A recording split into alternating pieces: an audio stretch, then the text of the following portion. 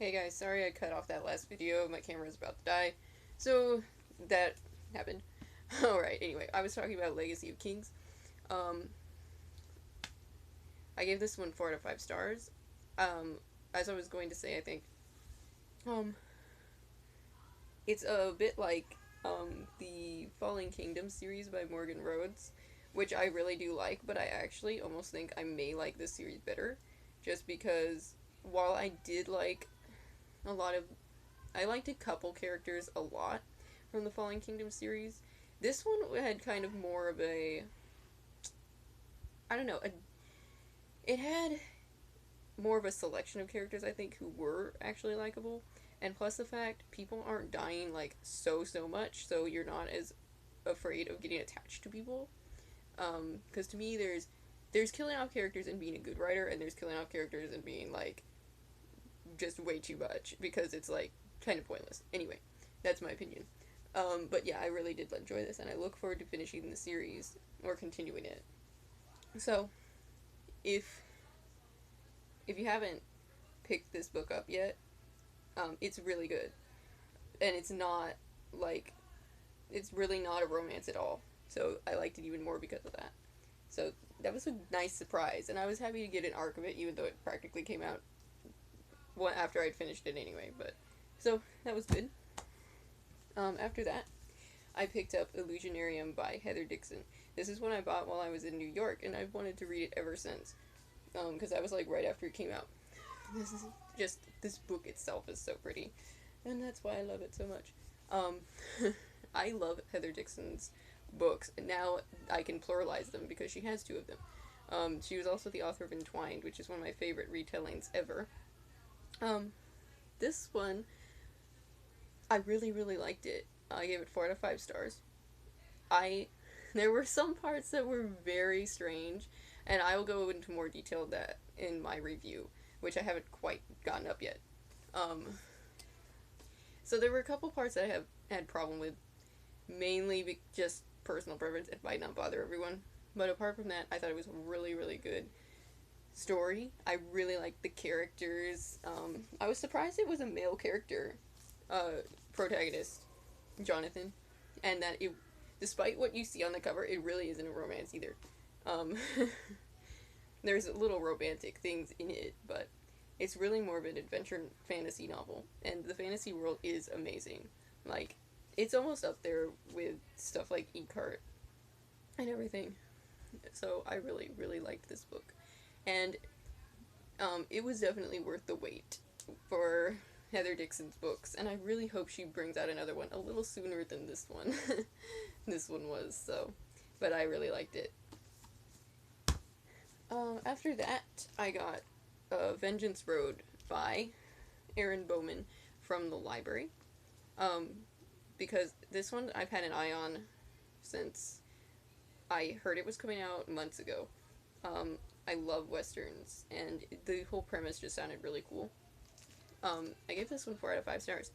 I really like this. Like, I expected to like it. I didn't expect to dislike it, but it was all make or break to me with having a heroine who is out for vengeance, because that can either be good or bad depending on the book and the writer. In this case, it was really good. In fact, I think it helped keep the book more of a kind of gritty adventure novel than a young adult romance. Kate was the protagonist in it, and I really liked her because she, number one, she did what she had to, and she didn't mope around about it afterwards. Like, she's not afraid to shoot a man, and I appreciate that. The other thing is, like, when you know there is going to be a little bit of romance because it's kind of obvious, but it's not like it doesn't feel forced, and it's like she doesn't go set out to fall in love. Like, it kind of just happens gradually, and even when it does, like late in the book, it really still doesn't get in the way of any of the plot line, and that's how it should be. So this was no insta love, no love triangles, nothing annoying about this book. I really liked it, and it was a really good historical fiction as well. So I really enjoyed it. I was happy it was as good as I expected it. After that, I read my other arc of the month. This is a new middle grade series, I think. The first book in the series, and it's called War in the 13th and the All-Seeing Eye by Tina or Tiana Del Rio. I give this one 4 out of 5 stars. This is a really, really cute, fun adventure, kind of gothic adventure fantasy book for middle grade readers. And I would have loved this as a kid. It has like really awesome illustrations. The arc isn't completely illustrated, but I'll show you a couple here. And it's just, this was a really fun book. I enjoyed it a lot, and I think it's going to be a really cool series eventually. It's kind of hard to explain because essentially it has all the tropes that you just really love. You know, it's very cliche, but it's good because of it. So I was really happy with this. I expected to like it because really it's how can you not like something set in an old hotel with like secrets and codes and all that kind of stuff. It's a really awesome kids book. So I really like that. I was happy to get to read it. That it comes out in November, by the way, so look out for that one if that sounds like something you like, and I'll have my review up really soon. Okay, after that I finally got to read Rook, and I only have the cover for it because my mom stole it to read, and I don't exactly know where she put it at the moment. So, but I did read this one this month, which has been on my PBR until since it came out, and as I expected, it's a 5 out of 5 star book. I love The Scarlet Pimpernel. It is one of my favorite classic books ever, probably. So the fact that this is kind of based off that is awesome, in my opinion. And it definitely delivered. I love Sharon Cameron's books, but this is my favorite of hers. Like, The Dark Unwinding was good, and her sequel to that, but this is even better, because it's exactly the kind of book I love. It's a little slow at first. In fact, for a while I thought it was going to be a 4 out of 5 star book, but once everything smooths over, it was like the halfway point. It just was such an awesome book, and I loved the characters. Even though I wasn't really sure I was gonna like, I can't believe I can't remember her name, Sophia.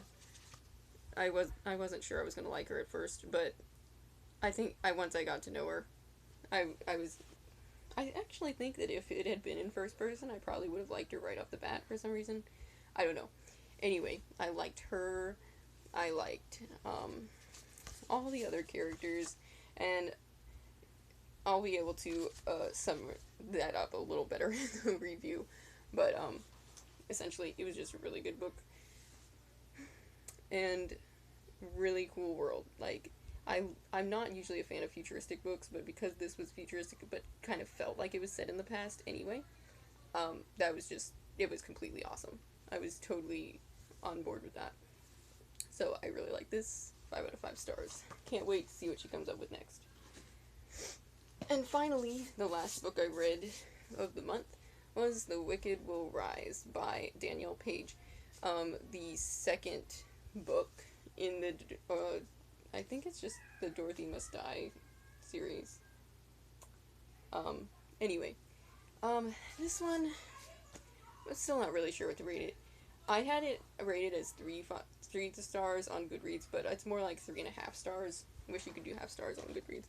I kind of have mixed feelings about it. I really enjoyed it. I don't know. I really enjoyed it. I'm not sure what I think about the ending yet. And everything leading up to that, kind of the whole plot line, and I'm not going to give spoilers away,